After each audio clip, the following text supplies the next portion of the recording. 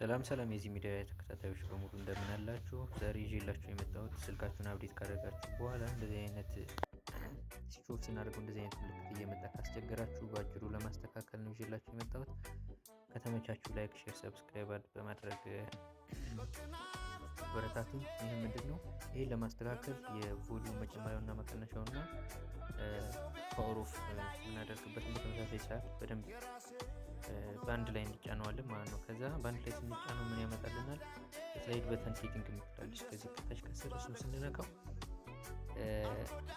ሁለተኛው ላይ ሎንግ ፕረስ የሚለውን እንጫናለን። እንደዚህ አይነት ምልክት ሲያመጣብን የነበረው ዲጂታል አሲስታንት የሚለውን ስለመረጠ ነው። ከዛ ወደ ፓወር ኦፍ ሜኑ እንመልሰዋለን ማለት ነው። ከዛ በኋላ ኦፍ ለማድረግ ሪስታርት ለማድረግ አያስቸግረንም ማለት ነው። ባጭሩ አስተካክለ ነው ማለት ነው። ከተመቻችሁ ላይክ፣ ሼር፣ ሰብስክራይብ አድርጉ።